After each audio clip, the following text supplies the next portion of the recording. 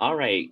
Good afternoon, everyone. Thank you so much for coming. My name is Curtis Dara, the fourth, and I am the middle school level liaison for the state of Connecticut for the Connecticut School Counseling Association. I'm also the 2021 Connecticut School Counselor of the Year. So I'm really happy to offer this PD today in regards to the University of Connecticut talking about ECE courses and the importance of talking to middle school students about ECE courses if ECE courses are offered in your school. So I'm really happy to welcome Carissa and Jess today from UConn, which I am the class of 2015 from there. So my alma mater from the NEAG School of Education. So I'm really happy to have you two here today. So thank you so much for coming. And I know you got your presentation to share, so take it away. Great. Thank you so much, Curtis. And thank you for having us. So as he said, my name is Jessica Dunn. I'm from the Office of Early College Programs at UConn, the Assistant Director and the Director of Student Enrichment for the Early College Experience Program. And my name is Carissa Redkauskas, and I do outreach for the ECE program. Thanks for having us. So this is just kind of an overview of what we are going to talk about today. So it's a rare occasion that we get to speak to middle school counselors. So we're very happy to be here and be able to share our information with you and things that we do and kind of goals that we have. So the topics that we plan to cover today are transitioning to high school, thinking about the future for our middle school students.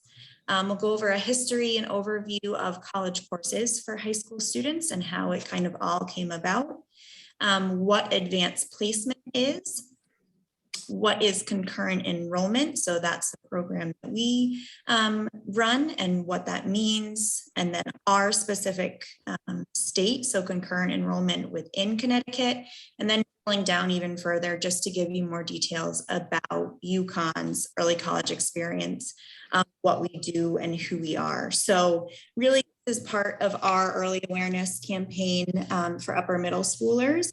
And we want to learn really from you as you are the ones with the boots on the ground with our middle school students, with what they're going through, what they're looking to, and how to get them the knowledge that they need to be able to look to their future. So our first piece is really transitions. So we're looking at giving our middle school students that feeling of independence. We want to provide them with the information, all the information that we can for them to be able to evaluate their options and feel a sense of independence when making the choice for their future. So one of the biggest first decisions that they have to make between middle school and high school is where they want to go to high school. So whether they want to go to a tech school or they want to go to a private school or their town has different options as far as sending schools that they may attend, that's a big decision for them to make, for the student themselves, the family, to have all the information they need to evaluate their options and then make that decision to move forward.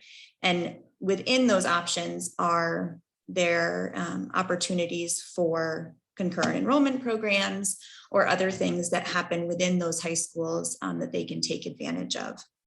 So we want to challenge them to be thinking now about their future. Yes, they're in middle school, but as they get that sense of independence, we want them to have an option as far as their choices, be able to make an educated decision on what those are, and think about their future and where they want to be and what they want to do. So in high school, obviously, there are new opportunities that are offered to them, brand new terminology that they've never heard before, and concepts just overall. So things like SATs, even just understanding what that is, GPA, what does that mean and how does it affect you moving forward in your future? A syllabus, what is a class syllabus and what is it used for? FAFSA, thinking about applying for student aid or something like that. So there's a lot of different things that they won't be aware of and things that they should start at least hearing so that they can be educated once they're in high school as to what those things are and learn more about them as they need to use them. And then just how to prepare themselves while they're still in middle school. So becoming involved as a student while they're in middle school, to then move forward into high school, to be involved in other clubs and sports and activities, taking preparatory classes while in middle school to then prepare themselves for high school, taking steps towards that feeling of independence, asking the questions. So I'm sure, as you know, middle school students have lots of questions, and they should be able to ask those and get the answers that they need, and to develop good study skills to move forward into that high school arena and be able to be successful. So now that we've talked about transitions and just that idea overall, Carissa will go into the history of concurrent enrollment and UConn ECE specifically. I apologize that my camera's not working. It's very finicky. It was on for a little bit, but it decided to turn off. But what I want to talk about now is just a little bit of a history lesson, kind of centered around the year 1955, which is when advanced placement and what was formerly known as the High School Cooperative Program for Superior Students started. That was the old name, a little bit elitist, but that was the old name for our program, UConn ECE Early College Experience. So going back a little bit in time, what we do know is that school systems are based on a chronological age, not ability. And the idea of high school students doing college is not a new concept. Mostly this was done in the form of acceleration, kind of pushing kids through to higher levels, higher grades, or starting college early. And this was really wealthy white males that this was happening with. And there was not really much communication. It wasn't a cooperative effort between the high schools and the colleges. It was really two different silos operating on their own. But what was happening right before 1955? So the high school movement happened in 1910 to 1940, more or less, and there was an increase of high schools in the US designed with a thought that it would be the terminal degree, that people would reach high school and that would be their highest degree that they achieved. And this was happening in the context of the Great Depression. And then around this time, child labor laws were strengthened. And then during this time, there was the establishment of many tests and services that are still used today. 1926, the SAT is first administered. In 1942, the GED is established. 1944, the GI Bill. And then of course, that's 1945 is when World War II ends. We've got the baby boomer generation coming. 1947, the Cold War starts, and then there's the threat of the US falling behind academically. Like, we need these great minds. So education is really at the forefront of thought.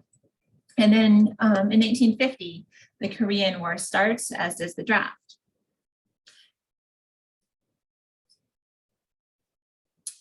And then right after 1955, you get racial tensions with Rosa Parks refusing to give up her seat for a white man on a bus in Alabama. And then 1957, the Soviet Union launches Sputnik, which again, education comes to the forefront. And what can we do to best prepare the United States? So kind of breaking this down between national and local. So it was a time of experimentation. At the University of Connecticut, economist Albert Waugh arrives in 1924, and he serves as provost from 1950 to 1965. Around that time, Albert Jorgensen, UConn's 7th president, is serving from 1935 to 1962, and he transforms a sleepy UConn into this more modern university. So a look at the national level, and this is kind of happening chronologically. So the program for the early administration to college, it's a program that was established through the Ford Foundation, and it was a response to Korea, the Korean War, and the draft. There was a concern about problems raised for education by manpower demands of the nation's military services. So what this program did was it allowed students that completed 10th or 11th grade and were under the age of 16 to enroll in universities. And there were so it was Chicago University, Columbia, Wisconsin, Yale, and 420 scholarship students entered college in 1851. But the problem was that the high schools were losing most of their promising students, and that these young students weren't necessarily acclimating into the college culture. And then another program was the general education in school and college. So this was known as the 3-school, 3-college plan. And it was a study between preparatory schools and Ivy League schools, where they integrated the work of the school and college and general eds. And they planned the last 2 years of secondary and the first 2 years of college as a continuous process. And then finally, we have the Kenyon plan. And this was the Committee on Admission with Advanced Standing. And 12 schools and 12 colleges and 12 secondary schools were developing college level curricula and standards that could be instituted at the high school level. And in 1952, they launched a pilot program involving 7 schools and introducing 11 advanced courses. So that last one kind of sounds a lot like AP and concurrent enrollment. And what was happening at the University of Connecticut at that time. So locally, the Executive Committee for Land Grant College presidents supports the idea of acceleration, that's pushing kids through to a higher level or starting college earlier. And right here in Hartford, Bulkley High School, juniors and seniors are enrolling in Trinity College before they finish their high school career. So by 1952, Provost Waugh proposed to admit a bright few youngsters who have not graduated from high school, and that was well received by the university. They met with a representative from Yale who had been involved in this study at Yale for these pre-induction scholars. But by 1953, the University of Connecticut wasn't so keen on starting out on accelerating students. So the plan was changed to allow outstanding students to stay on the high school track and work under the supervision of getting college credit for their work while in high school. And then in the 1955-1956 school year, 8 Connecticut high schools offered 9 UConn courses at their high school for both UConn credit and high school credit. So I'm sure you've all heard or know about it, advanced placement. AP, national program run through the College Board, offers college level curricula to high school students. And I'm sure everyone knows about this 3-hour exam in May, which is fabulous for great test takers. And the result is students receive a score on a 1 to 5 scale. Most universities do accept some sort of AP credit, not all do that. A lot of them require a 4 or a 5 on that test, and they may grant placement and course credit depending on how well the student did on the test. And I hope some of you have heard of concurrent enrollment, or also known as dual enrollment or dual credit. The models vary, but it is a national program, although there are independent entities, whether it be state or university affiliated, and it's run through the institution of higher education in which it's affiliated. And concurrent enrollment offers college courses to high school students for both high school and college credit. And the high school students in their classrooms are given the same type of assessments that are used in the college classroom. So this could be exams, it could be papers, group projects, tests, quizzes. It's a variety of assessments. And the result of taking concurrent enrollment is a letter grade, A through F, and a college transcript. I believe it's 93% of our students have a C or better at UConn. And colleges and universities accept transfer credit 85 to 90% of the time. So not 100% of students of colleges accept the credit, just like not 100% of colleges accept AP credit. And there is oversight by NACEP, the National Alliance of Concurrent Enrollment Programs. We do have standards based on partnership, curriculum, faculty, students, assessment, and program evaluation.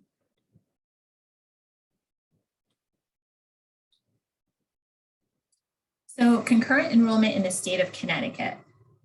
The state of Connecticut does not offer a name standardization nor a universally agreed upon definition of concurrent/dual enrollment for high school students, and programs throughout the state vary greatly from cost to location to instruction, certification standards, to curriculum and assessment. In some programs, students have a college non-matriculated status, while in others they are matriculated. And this kind of breaks down into 3 different areas of concurrent enrollment around the state that's affiliated with institutions of higher education, private schools, Connecticut state colleges and universities, and the University of Connecticut. So almost all institutions of higher education offer some form of college credit bearing program, and most of it's regional, so depending on what part of the state you're in. And none of them, other than UConn Early College Experience, are NACEP accredited. So we are very proud that we meet those standards to become NACEP accredited. And you may have, so community colleges are well known for their college and career pathways program, which we would call a concurrent program. So that's high school class, college classes taught at the high school in the high school classroom. And community colleges also have a high school partnership program, which we would call dual enrollment. And that's where high school students go to the college campuses to take classes. And now we're going to look a little bit more specifically at UConn Early College Experience. Back to Jess. Thanks, Carissa. So as she said, we're just kind of drilling down a little bit more into our program that Carissa and I are a part of at UConn, the Early College Experience program. And that is a concurrent enrollment program. And our mission is providing access to and preparation for higher education. So really what the program is college approved high school teachers. So they apply through our program to teach these courses. We'll teach the UConn courses at the high school during the regular school day, and the students will receive both high school and college credit. So it is the opportunity for these students to take a university course, the same exact course as what is offered on a UConn campus or through an online course through UConn for undergraduates. They are receiving that within their high school for the same credit. So they'll receive that credit on a UConn transcript under their non-degree portion of the transcript and be able to use that to transfer and things like that, which we'll talk a little bit more about. But so our program, as Carissa showed, there's concurrent enrollment opportunities throughout the state, but UConn ECE is really deeply embedded in the state. And we have over 200 high school partners across the state that participate with our program. So Carissa, if you want to show the next slide of the map, it's our partner high schools across the state. So most Connecticut high school students have the opportunity to earn UConn credit before they leave high school. So again, I mean, you can see the number of pinpoints here on our map of Connecticut, and we're very proud of that. We've worked really hard to work with the high schools throughout the state on offering UConn courses within their high school for their students. So next is really just our fact sheet about the numbers and our information for UConn ECE specifically. So as Carissa mentioned, we were founded in 1955. It is the longest running program in the country for concurrent enrollment. The cost of the program at this time is $50 a credit, which is 10% of the cost of the same exact course at UConn for an undergraduate student. So it's greatly reduced cost of the same exact course for our high school students to take it while they're still in high school. Our credits, as Carissa mentioned, they transfer 87% of the time. So our students who do request that official transcript from UConn with their earned UConn credits on it have a success rate of 87%. So it's very high. Again, we're very proud of that as well. And then just to share our numbers for last year, which it's looking very similar for this year, we had 1,487 certified instructors with the program, 12,571 participating students across the state, which was they attempted 75,000, almost 76,000 credits.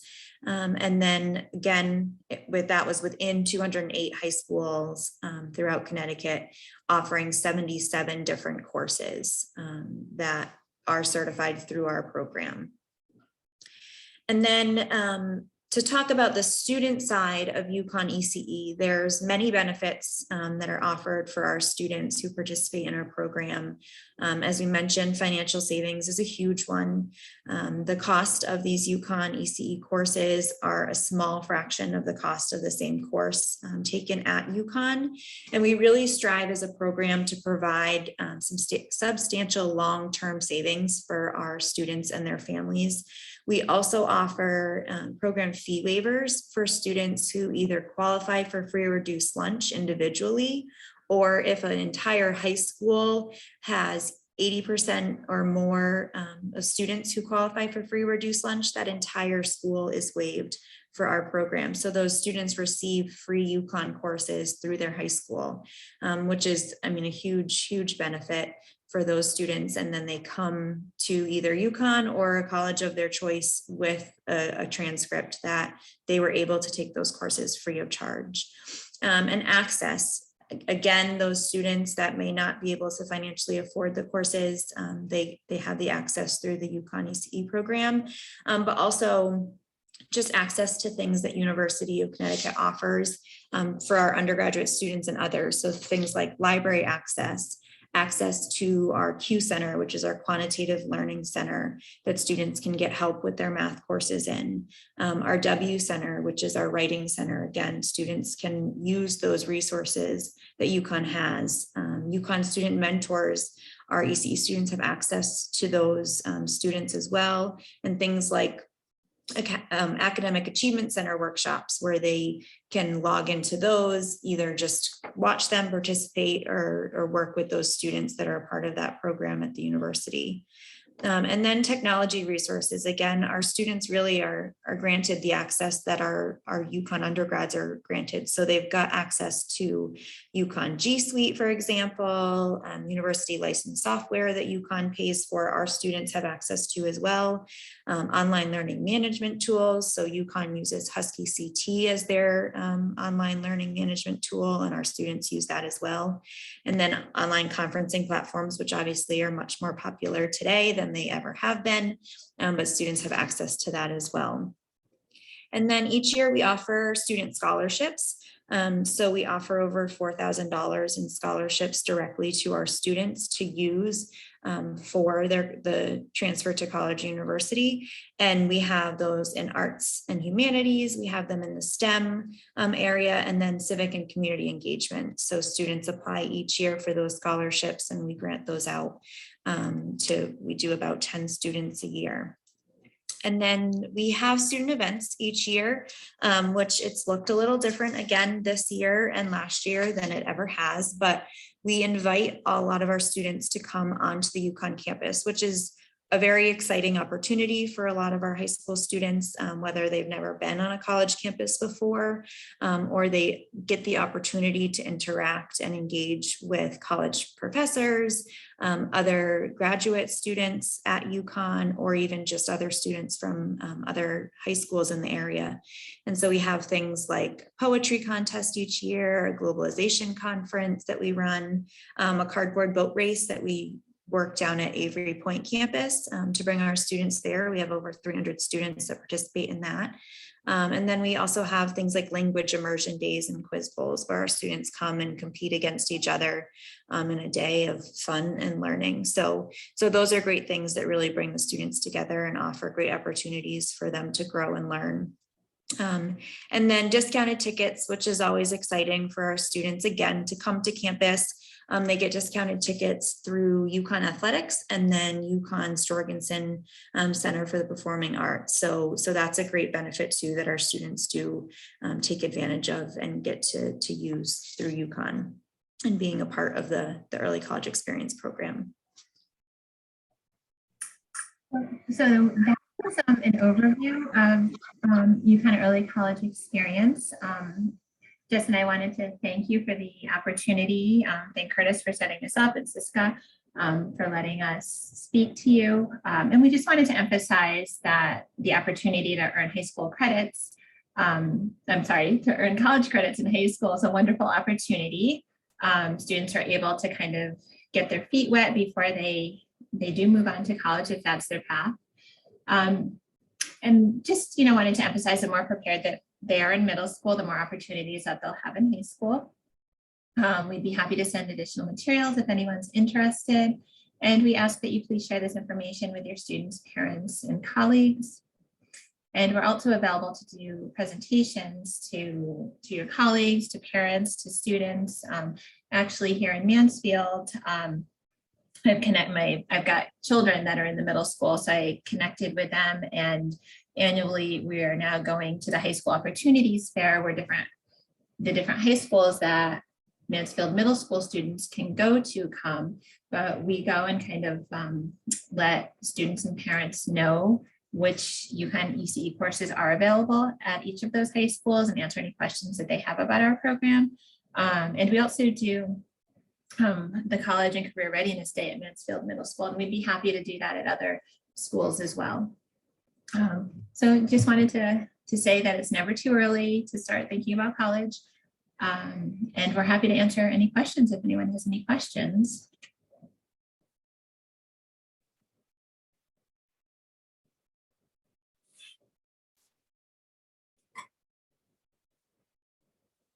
Curtis, if you're talking, you're on mute. So sorry about that. That is the logo for 2020. My goodness. So thank you so much again for Jessica and Carissa for coming to our little Zoom meeting on behalf of Siska to help out with the middle school world. I know that hopefully this session will reach out to our partners and members on a virtual scale when we blast this recording out to help other students be aware of the programs that you're running. So Jessica, thank you so much for joining us. At this time, is there any questions that you have in regards to where your location is and ECE courses at your school or district?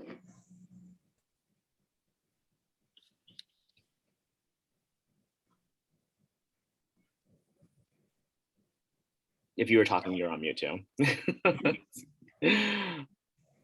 And Jessica did ask for a recording, so I did let her know on the side that we would share that as well. Yes, Oh. Hi, I am here. I'm so sorry. Technical issues on my end. Hi, I do not have any questions at this point. Just thank you for being willing to share the recording. I think the presentation was very thorough. It provided me with the exact information I needed. And on an outreach, or should I, let me rephrase it this way. If I had any additional questions, can I reach out to you? Absolutely. You can reach out to either of us directly, or you can email us at ece@uconn.edu. Excellent. Wonderful. Because at this time, I can't think of any questions that I may have, but when I go back and watch the recording again, there may be some things I would want to ask. So I will be sure to do that. Thank you very much. Thank you. And Jess, this will be uploaded into the Cisco website within the week, for members to have access to it for sure. Great. So you said within the week? Within the week, yeah. Within the Okay. week. The board and the Cisco people kind of take over it. It's a little bit above me to our Sure. webmaster takes care of everything on that. Okay, I am new to I'm new to the program, so I'm not quite sure how to go about accessing that on the website. Okay, so I'm going to end the recording and then we can talk about it. Okay, great. Thank you. Thanks so much. Okay.